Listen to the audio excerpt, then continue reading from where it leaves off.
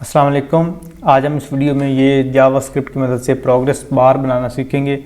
अगर इसको मैं रीलोड करता हूँ तो ये किस तरह से एनिमेट होके अपनी रेशो कंप्लीट कर रहे हैं। जैसे इसको फिर रीलोड करता हूँ, ये इसकी स्पीड भी हम कस्टमाइज़ कर सकते हैं कि ये मैंने 1 सेकंड लगाई हुई, आप ज़्यादा भी लगा सकते हो। तो चलिए दोस्तों, इसे हम स्टार्ट करते हैं कि इसे हम किस तरह से बनाते हैं। उससे पहले आप लोगों ने अगर चैनल सब्सक्राइब नहीं किया तो चैनल को लाजमी सब्सक्राइब कर लें और वीडियो को लाजमी लाइक करें, ताकि मुझे भी अच्छा लगे कि यार वीडियो मेरी ना लोग पसंद कर रहे हैं और दूसरे लोगों को भी रिकमेंड हो। तो चलिए दोस्तों स्टार्ट करते हैं। अच्छा, ये मेरे पास 3 फाइल्स हैं as usual, HTML, CSS and JavaScript, और तीनों आपस में लिंक है। ये अब ये बात तो आपको हिफ्ज़ हो चुकी होगी। और अब आता हूँ मैं यहाँ पे HTML पे, और मैं सबसे पहले लिखता हूँ div, उसको मैं क्लास देता हूँ कंटेनर, और H2 जावास्क्रिप्ट प्रोग्रेस बार, इतना मैंने लिखिए। अब इसके बाद आऊँगा, इसके नीचे मैं एक div लूँगा, उसको मैं क्लास दूँगा प्रोग्रेस, और फिर उसके बाद H5 का टैग लूँगा और इसके अंदर लिखूँगा HTML5, और फिर इसके नीचे मैं लिखूँगा div, उसको मैं ID दूँगा प्रोग्रेस, माई प्रोग्रेस, क्लास भी दे सकते हो माई प्रोग्रेस, और फिर div, और क्लास दूँगा इसको बार, और ID इसको दूँगा HTML।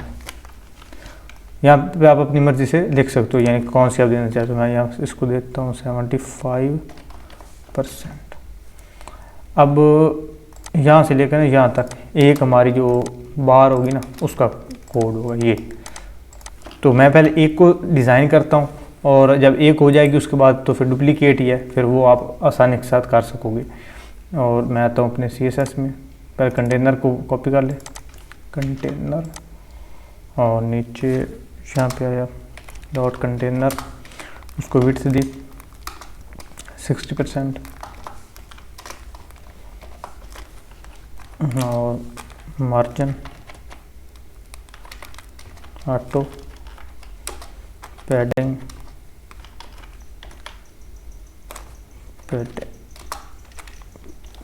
15 pixel, margin top 130 pixel, border left 2 pixel, solid और येलो ग्रीन। और उसके बाद मैं इसे, उसके बाद H2 जो हमारे पास है H2, इसको मैं करता हूँ टेक्स्ट लाइन सेंटर, और इसको ऊपर ना बॉक्स शेडो लगा देते हैं, box shadow RGBA, red colour में इसको मैं लगाऊंगा 100, ग्रीन भी 100, और ब्लू 111, अल्फा 0.2, और फिर आगे इसकी डायमेंशन दूंगा 0 पिक्सल, फिर मैं 7 पिक्सल, 25 पिक्सल और 0 पिक्सल। इसको सेव दिया तो इसके बैकग्राउंड में एक छोटा सा बॉक्स शेडो लग गया। उसके बाद हमारे पास माई प्रोग्रेस, ये वाली जो ID है माई प्रोग्रेस, इसको मैं यहाँ से करता हूँ कॉपी, और यहाँ पे लिखते हैं माई प्रोग्रेस। इसको सबसे पहले मैं विड्थ दूंगा 100%, और बैकग्राउंड कलर DDD, और बॉर्डर रेडियस 20% या 20 पिक्सल देंगे। ये थोड़े से इसके जो कॉर्नर हैं वो राउंडेड हो जाएंगे। उसके बाद हमारे पास ये जो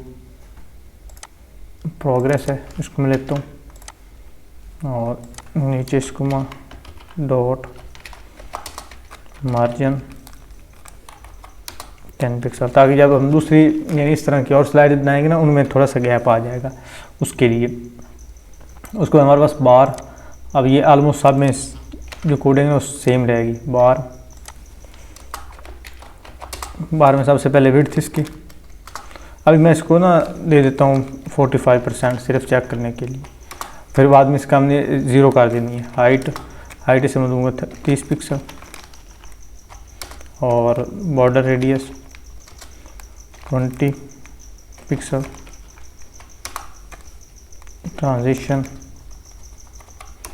1 सेकेंड, टेक्स्ट लाइन सेंटर, बल्कि टेक्स्ट लाइन इसका हम करेंगे राइट, टेक्स्ट लाइन इसका होगा राइट, लाइन हाइट जितनी इसकी लाइन हाइट जितनी इसकी एक्चुअल हाइट होगी उतनी इसको हम लाइन हाइट देंगे 30 पिक्सल। और फॉन्ट कलर जो हम इसे देंगे वो हम देंगे इसे वाइट।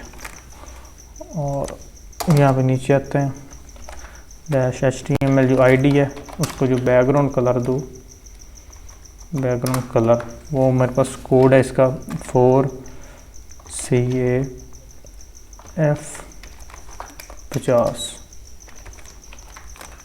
ये हमने कोड दे दिया इसको। अब ये इसके 75% यानी ऊपर लिखा आ रहा है, और अगर मैं यहाँ पे इसके 75% करूँ तो इसकी 75% जो है ना इसकी विड्थ वो कंटेन कर रहा है। अब इसको मैं यहाँ पे कर रहा हूँ 0 कर दें या 1 कर दें, मैं इसको कर रहा हूँ 0। और आप अब आते हैं जावास्क्रिप्ट में, यहाँ पे एक वेरिएबल लूँगा, उसको मैं नाम दूँगा आई और उसे इक्वल कर दूँगा 0 के। फिर नीचे फंक्शन एक लगाऊँगा, फंक्शन मूव, और function move if i is equal to 0 then i is equal to 1। अगर आई जो है वो 0 के बराबर हो और फिर आई जो है 1 के बराबर हो तो वेरिएबल जो है HTML और इसमें document dot gate element by ID HTML। अभी HTML वाली है ना बार, मैं उसको सिलेक्ट कर रहा हूँ, ये वाली हमारे पास बार है ना क्लास, इसको ये सॉरी HTML की ID जो है इसको मैं गेट कर रहा हूँ, इसमें इस वेरिएबल में मैं स्टोर करवा रहा हूँ HTML, यानी जो HTML की हमारे पास वेरिएबल है ना इसमें मैं स्टोर करवा रहा हूँ। उसके बाद नीचे वेरिएबल और उसमें विड्थ दूंगा, विड्थ इज इक्वल टू 1, और फिर इसके नीचे var id is equal to set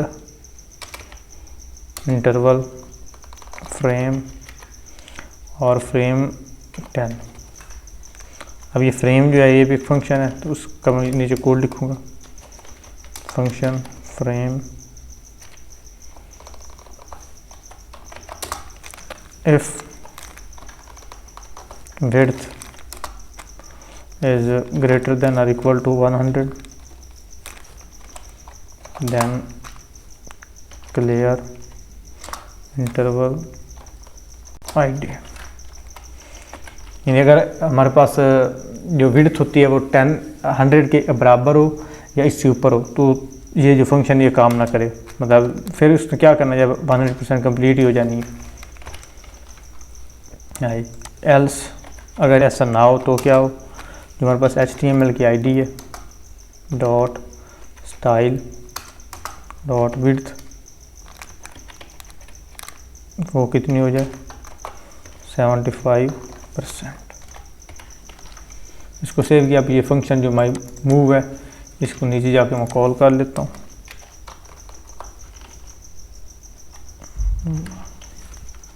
इसे आप सेव किया। अब इसमें कोई ना कोई छोटा मोटा एरर आ रहा होगा, और एल्स और विड्थ प्लस प्लस यानी विड्थ इसमें प्लस प्लस भी हो ऑटोमेटिकली। अब इसको सेव किया। HTML dot style width is 75% और else if is equal to 0 clear ID 0 width is greater than or equal to 0। अच्छा ये फ्रेम, ये ऊपर ना स्पेलिंग मिस्टेक है फ्रेम की, अब आ गया सही। अभी देखो अभी हमारे पास परफेक्टली काम कर रहा है, मतलब सेट इंटरवल 1 मिनट की ट्रांजिशन के साथ अपनी 70% कंप्लीट कर रहा है। अब एक हमने बना ली, अब इसको आप एक दफ़ा जल्दी से देख लो, मैं इसको फिर आपको थोड़ा समझा देता हूँ। सबसे पहले मैंने एक वेरिएबल दी आई, उसको मैंने वैल्यू उसको कर दी 0। अगर वैल्यू जो आई है वो 0 के बराबर हो, और या फिर जो वैल्यू आई है वो 1 के बराबर हो, तो यानी या 0 हो विड्थ या 1 हो, यानी आई वेरिएबल की वैल्यू। तो उसके बाद मैंने HTML की वेरिएबल में मैंने गेट एलिमेंट बाई आईडी, जो HTML का जो बार है ना उसको स्टोर करवाया। उसकी विड्थ मैंने बराबर की 1 के, फिर सेट आईडी इंटरवल फ्रेम और 10 सेकेंड लगाया। फिर उसके बाद फंक्शन फ्रेम, यानी वो फ्रेम और यानी 10 का मैं यानी इंटरवल लगाने के बाद उसके बाद if width is equal to और ग्रेटर देन और इक्वल टू 100, अगर जो विड्थ है वो 100 या 100 से ऊपर होती है तब क्लियर इंटरवल, तब कोई यानी काम ना हो, मतलब तब 100% कंप्लीट होगी। और आई जो है मतलब जो उसकी इनिशियल वेरिएबल है उसकी वैल्यू भी 0 हो जाए। एल्स अगर ऐसा नहीं होता तो उसके बाद जो विड्थ है वो प्लस करा दो, उसमें विड्थ जो है ऐड करवा दो। कहाँ तक वो मैंने नीचे उसको बता दिया कि इतनी इसको, यानी जो HTML की हमारे पास वेरिएबल है, HTML वाली जो हमारे पास आईडी है उसमें 75% ऐड करवा दो। That's it. अब हमने क्या करना, अब हमारे लिए काम बहुत आसान हो चुका है। सिर्फ मैंने इसको डुप्लीकेट करना, यहाँ से मैंने किया इसको कॉपी और नीचे कर दिया पेस्ट। यहाँ पे HTML है और फिर हमारे पास CSS3 है, CSS3, और यहाँ पे मैंने सिर्फ इसकी जो आईडी है वो चेंज करनी है। यहाँ पे इसकी वैल्यू मैं कितनी देना चाहता हूँ, मैं यहाँ पे इसकी 90% देता हूँ, 90%। अब ये CSS की आईडी को मैं यहाँ से करता हूँ कॉपी, और यहाँ पे आया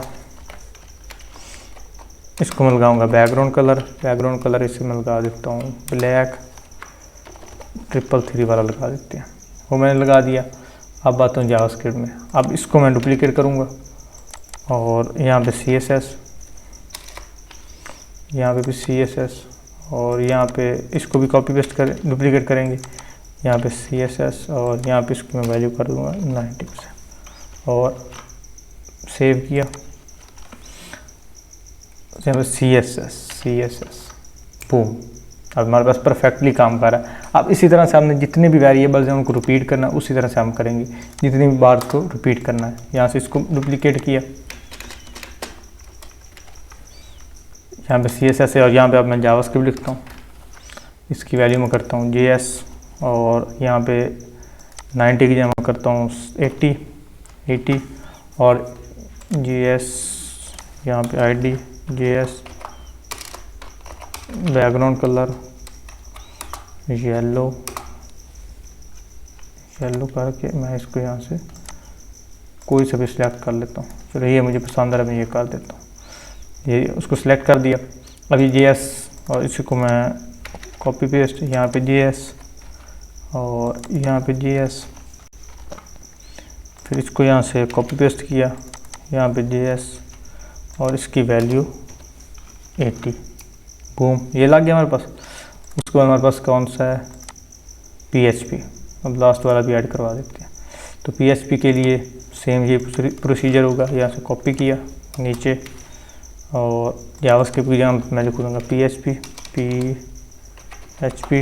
और यहाँ पे भी आईडी में भी PHP, यहाँ पे मैं इसकी वैल्यू 75,